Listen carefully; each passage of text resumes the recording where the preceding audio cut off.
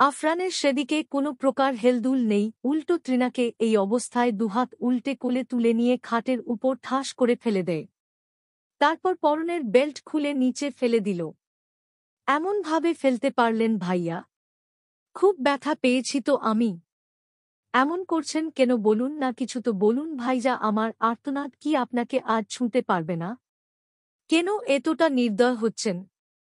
একবার তো বলুন অপরাধ কি, কি করেছি আমি?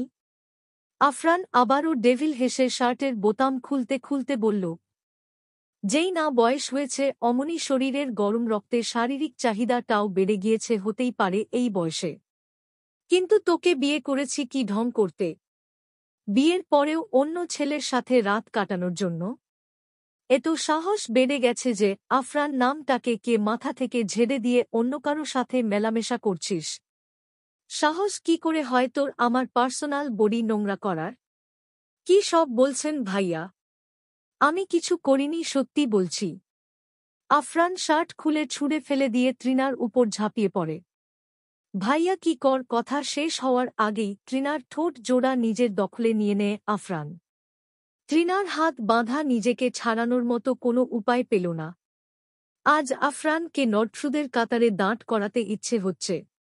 ঠোঁট জোড়া এমন করে কামড়ে দিচ্ছে বারবার। সময়টা আজ থেমে গেছে, বোধহয় শেষ হবার নয় এই অবাধ্য রাত। কিভাবে আটকাবে আফরানকে?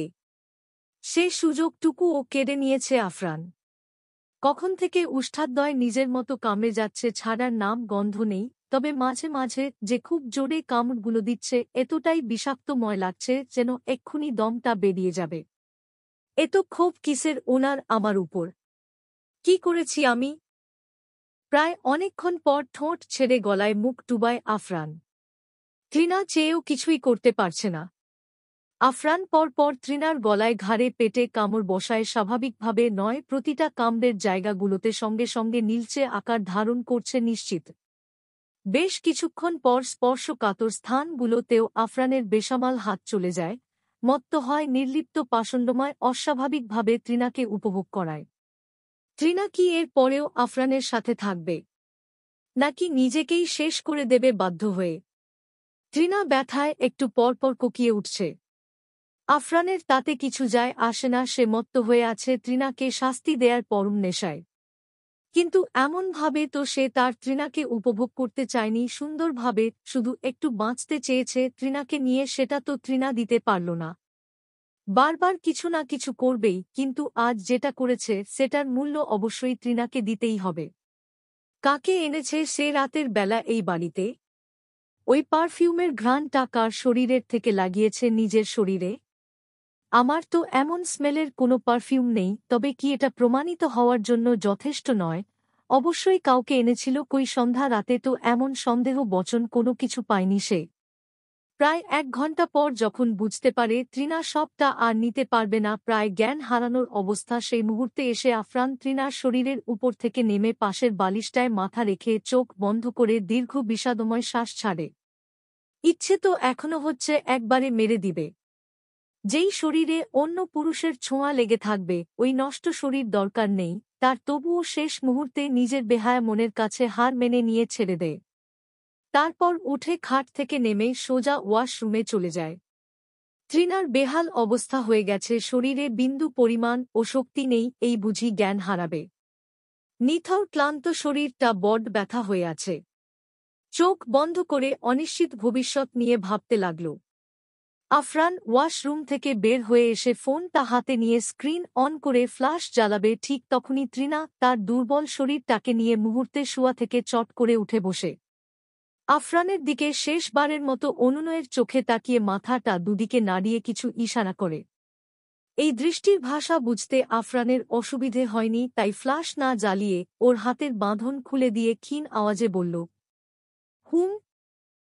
তৃণার শরীরে যেইটুকু শক্তি অবশিষ্ট আছে সেটা নিয়েই পাশে পড়ে থাকা কাপড় চোপড় নিয়ে খাট থেকে নামতে চায়।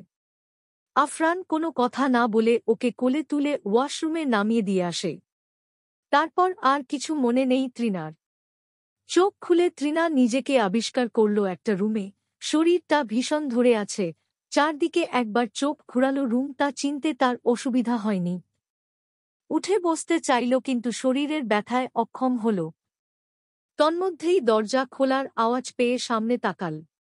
সামিরাকে দেখে কেন জানিনা হঠাৎ বুকটা আঁতকে উঠল, হকচকিয়ে উঠল। এর মধ্যেই আয়েশ, জাফর চাচা সাথে সাদেক ভাইও আসলেন।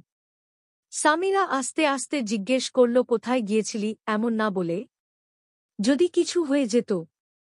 বলে সামিরা তৃণার পাশে বসল। জানি না কেন এই মুহূর্তে তৃণার এই বাড়িতে প্রত্যেকটা মানুষকে খুব ভয়ঙ্কর মনে হতে লাগল। তৃণা শুয়া থেকে কাঁপতে কাঁপতে উঠে নিজেকে গুটিয়ে নিয়ে বলল, আমার কাছে আসবে না কেউ। আমি কিছু করিনি, এখান থেকে চলে যান। তৃণার এমন আচরণে হতবাক সবাই। আয়েশ ভোরকে গিয়ে কাছে এসে বলল, তৃণা, কি হয়েছে তোর? তৃণা নিজেকে আরেকটু দূরে সরিয়ে বলল, প্লিজ এখান থেকে চলে যান, সত্যি বলছি আমি কিছু করিনি। সামিরা তৃণার একদম কাছে গিয়ে বলল, ভয় পাচ্ছিস?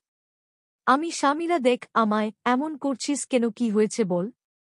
চলে যাও এখান থেকে তোমরা। জাফর সাহেবের চোখ বেয়ে পানি গড়িয়ে পড়ে। বলেছিলাম না তোমাদেরকে, আফরান নিশ্চয়ই তৃণার উপর অত্যাচার করেছে, আমি দেখেই বুঝেছিলাম, তোমরা তো বিশ্বাস করোনি, এখন দেখো কি হয়েছে।